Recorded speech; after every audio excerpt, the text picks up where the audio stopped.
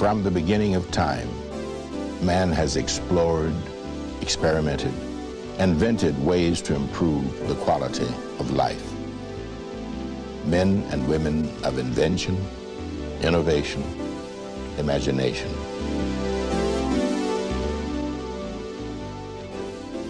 Hello, I'm Ossie Davis, and this is the U.S. Patent and Trademark Office in Arlington, Virginia, just outside of Washington, D.C. The American patent system is one of the oldest activities in the federal government.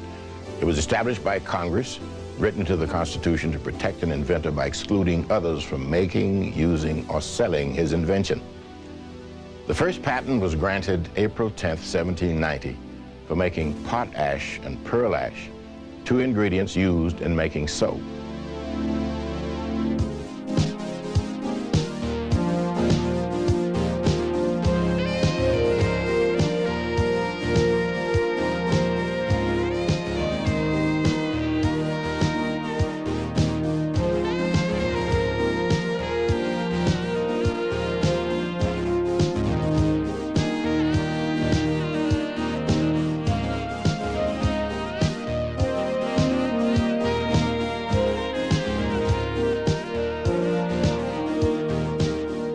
Every day, inventors, people of vision like Thomas Edison, Alexander Graham Bell, Wilbur Orville Wright, apply for patents to protect and secure their inventions.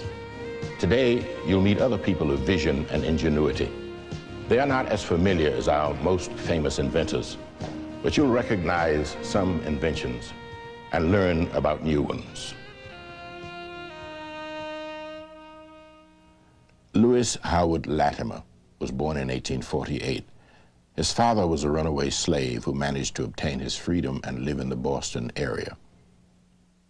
Lewis Latimer was a self-taught draftsman.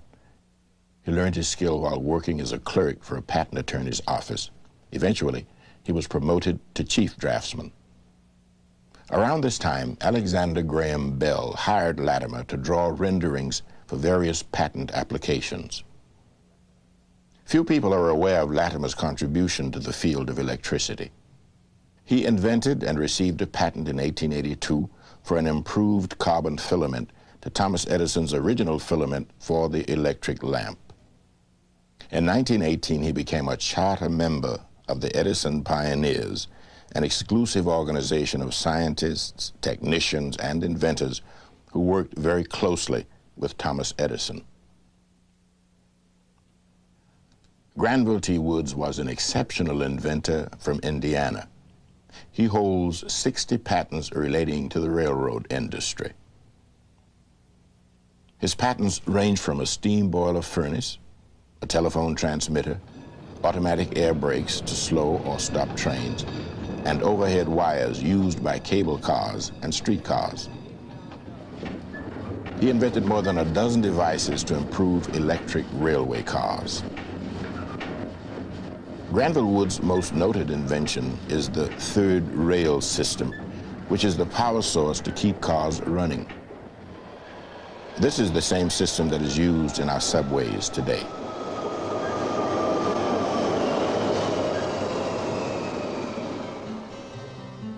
George Washington Carver was born to slave parents at Diamond Grove, Missouri, about 1864, but was freed in infancy.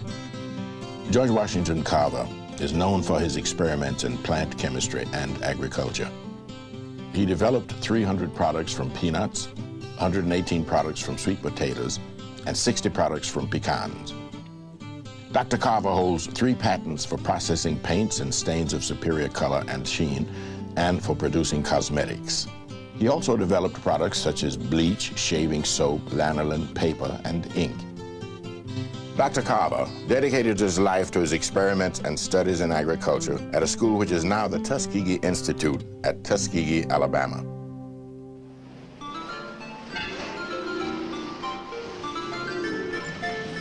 Garrett Morgan is not a household word, but his patent affects our lives from one day to the next. Garrett Morgan, an inventor from Cleveland, Ohio, designed and patented the traffic signal to control the flow of traffic.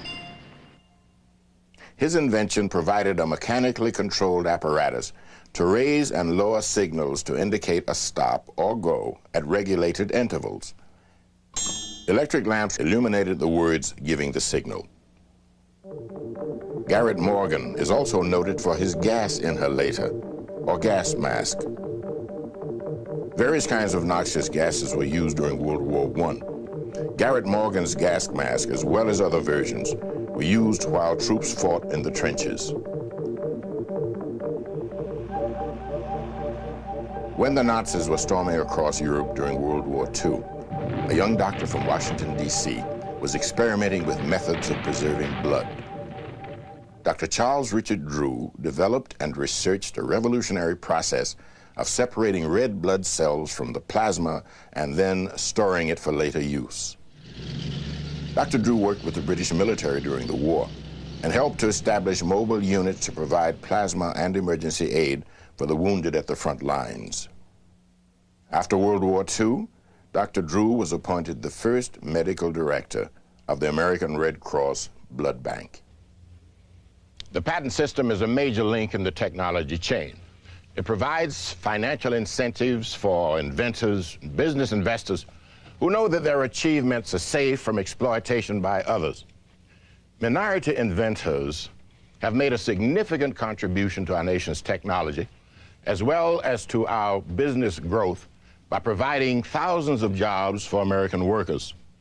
And dedicated scientists continue to work hard, develop their ideas, and experiment till the dream becomes reality. And this is where the dream begins. There are over 4.5 million patents filed at the U.S. Patent and Trademark Office. Every patent is assigned a number, given a classification, and stored here in these stacks. All of these documents are available to the public for research on any patent filed in America. Today, computers are being used in homes, schools, police and fire departments, hospitals, and all areas of public and private business and industry to improve the quality and efficiency of processing information. Research in computer technology was making advances when an immigrant from China began graduate studies at Harvard University. When you buy word processing from Wang, you get more than just the best-selling word processing in the world. You get an easy-to-use system that opens the door to the world of office automation. The results of Dr. Wang's creative genius has touched all forms of American life. Even worldwide communication. Dr. An Wang, founder of Wang Laboratories in Lowell, Massachusetts, is the mastermind behind the original development of the basic components and systems of digital computer machines. 8, 7, 6, we have main engine start. 3, 2, 1, solid motor ignition and liftoff. As high technology continues to advance, minority inventors continue to play a significant role in development and research. Philip V. Stevens, president of Ultra Systems Incorporated, is a member of the Oglala Sioux Indian tribe. His dreams and ideas have resulted in a number of patents for defense systems. During the early phase of the United States intercontinental ballistic missile program, there were only 2 large intercontinental ballistic missiles, and both of them used liquid propellants for rocket propulsion. This missile is a Titan II intercontinental ballistic missile of one of the early vintages of a liquid-propelled missile. These missiles are characterized by a rocket propulsion system in which the rocket nozzles could swing or vector.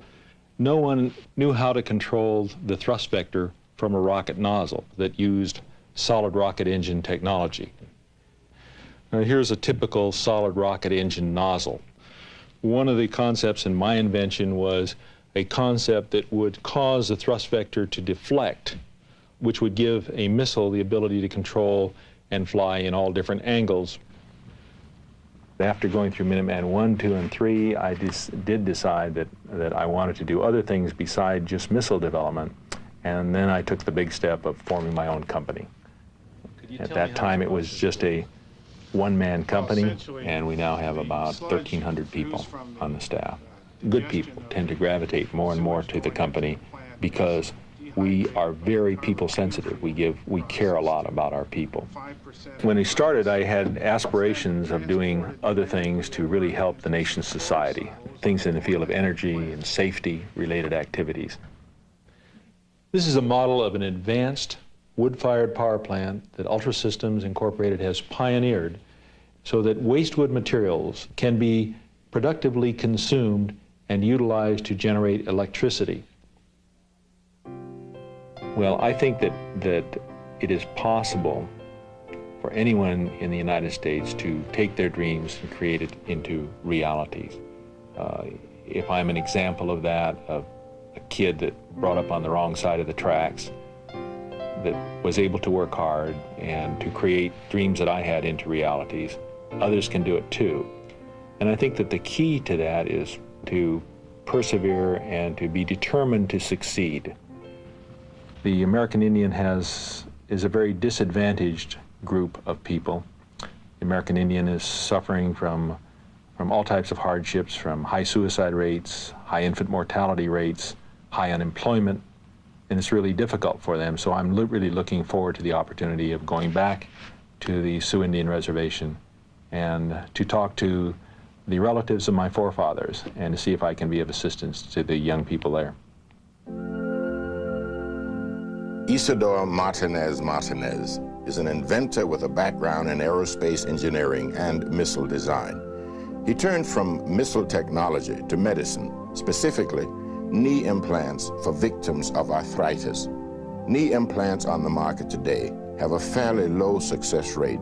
Mr. Martinez's patent on a knee implant could revolutionize technology in developing artificial components.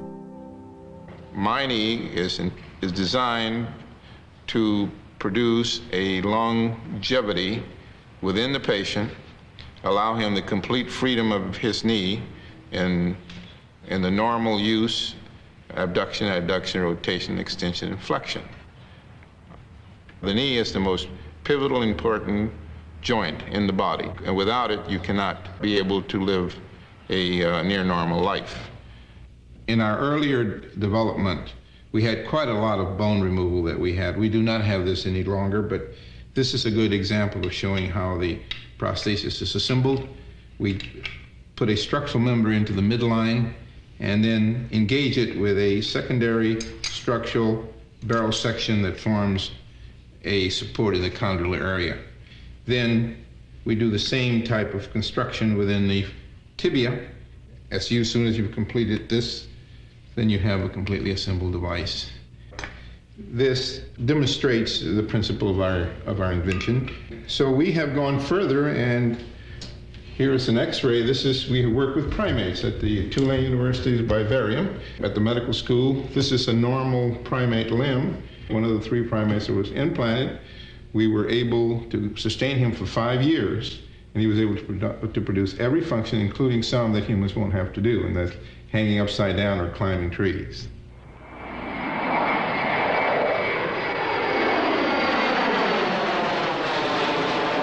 Here's the latest on the Traveler's Advisory. Traffic is slow due to dense fog. As the morning progresses, we'll be seeing a warming trend, and the fog should burn off by noon. If you're flying out of the city, expect some delays. You know, in this country, their airlines are reportedly losing about $300 million a year because of diverted flights when airports get socked in with fog. They burn up fuel, and they have to go to alternate airports. And so this could mean a bottom line savings to them at normal fuel prices of about $300 million a year. So it's important to get rid of it. Dr. Gordin's latest patent is a fog dispersal system specifically for airport runways. Small boxes line each side of the runway about 1/8 of a mile apart. Each box contains a small generator that shoots